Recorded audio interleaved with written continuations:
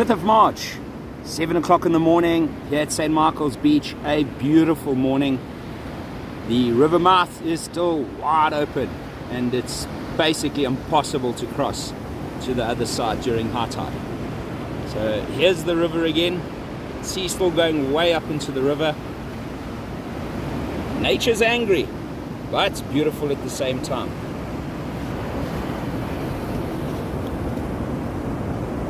So if you're waking up now, hope you guys have a great day wherever you are in the world.